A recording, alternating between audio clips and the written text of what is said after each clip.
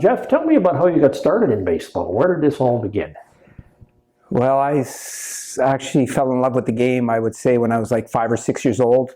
My dad was a fastball player, so he was still playing then, take me to his games, practices. He would play catch with me in the backyard all the time, and he got me signed up to start playing when I was, I think, 6 years old. So You had a very successful career. You played for St. Boniface, attended the national championships in 79 and 81, Western Canadians in 82. What's that like when you move out of your own hometown league and move up to that provincial, interprovincial, and national level? well, the first few times when you make your way out of the province to go to Westerns or Nationals, you're not quite sure what kind of competition you're going to run into. But then you find out pretty quickly that you'll get some teams, like I've gone to Nationals where you play like Quebec and they'll have an all-star team. And that's drawing from, most of the whole province. So they are pretty talented. And, we find we're a little bit not quite as ready or prepared to play at that level that some of those teams are. But it's great. It's nice because when you're in the province, you're playing against the same teams over and over, the same players.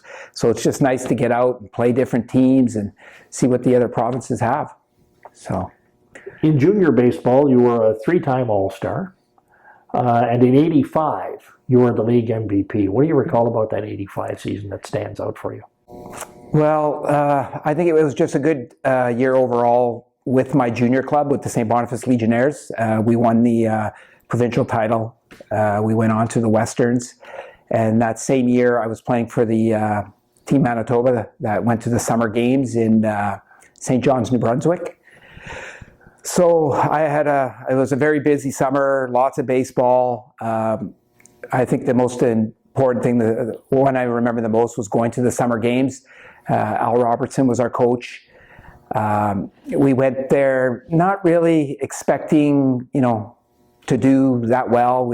Our plan was maybe can we get into the medal round and see what happens there. And we just played some great baseball and made it to the finals against Ontario in the gold medal game.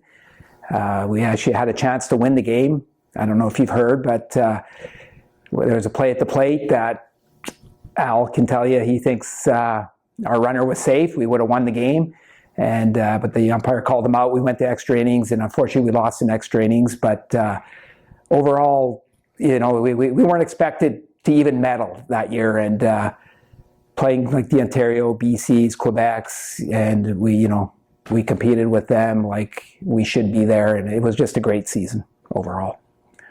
Back at home in senior baseball, you were part of a ball club that I think defines and deserves the term legendary. The St. Boniface Native Sons had some very, very good ball clubs, and you were in the middle of that. Tell me about those ball clubs.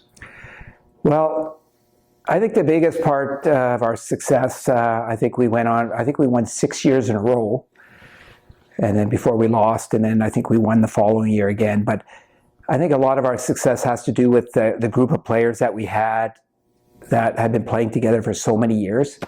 So we're almost like a family away from home. We would hang out, off the field a lot, do a lot of things together. We were a very close-knit team, and I think that really contributed to our success on the field. So you don't see these days teams win 6 championships in a row. Winning 3 seems to be almost the top, and even that's rare. Mm-hmm. What's the difference, do you think? What made it possible in your time that doesn't happen now? I don't really know. I think the core of that team were all within about 2 or 3 ages. So we were able to stick together, like from junior right up to senior. So we weren't losing guys. Like we wouldn't lose 3 guys this year and 4 guys next year. We all stayed and played together, where we didn't have any drop off or anything. So I think that was a big thing that kept us winning every year. It seems that a lot of successful players also throw their hat in the ring when it comes to coaching. Take a shot at that. What helped you make that decision? Because you became a coach, you started your coaching career, it says here,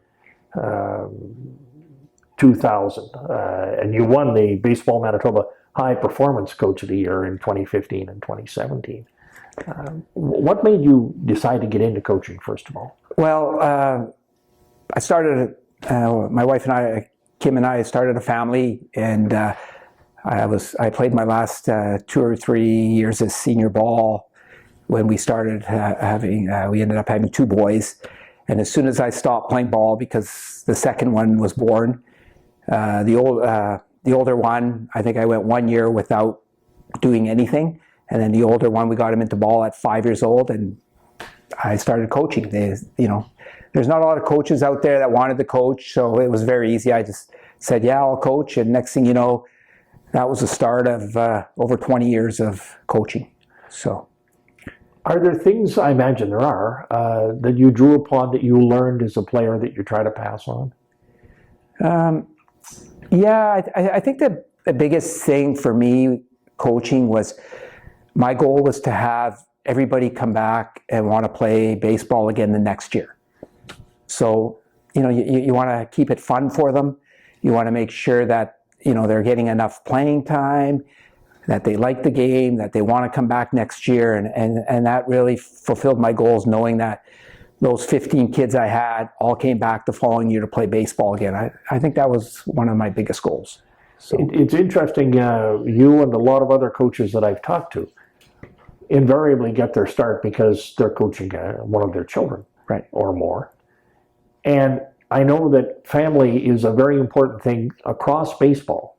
How important was your family support and involvement in your career from the beginning to now? Well, without their support, I wouldn't have been able to coach as long as I have.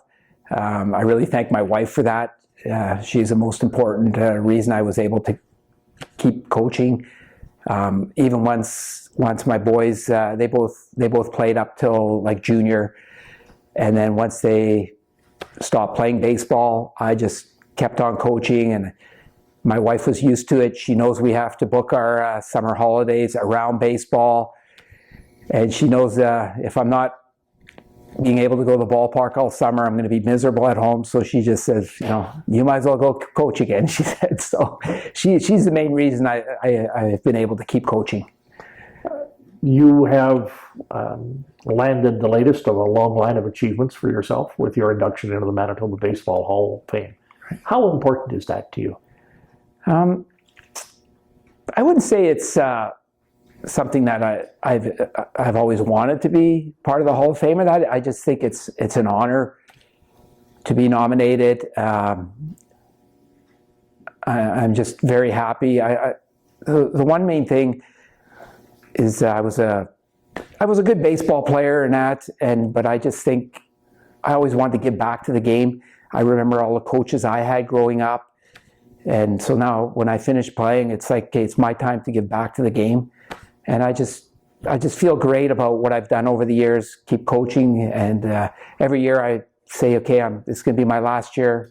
I tell my wife next summer, it's going to be our summer together, and I'll get that call back again. Okay, we want you back. Are you going to come again? And I'm like, yeah, sure, I'll come one more year. And so, it feels great to be part of the Baseball Hall of Fame, knowing I know a lot of players and coaches that are in the Hall of Fame, and to be amongst them is very gratifying. Well, very well deserved. Congratulations. Yeah. Oh, thank you very much.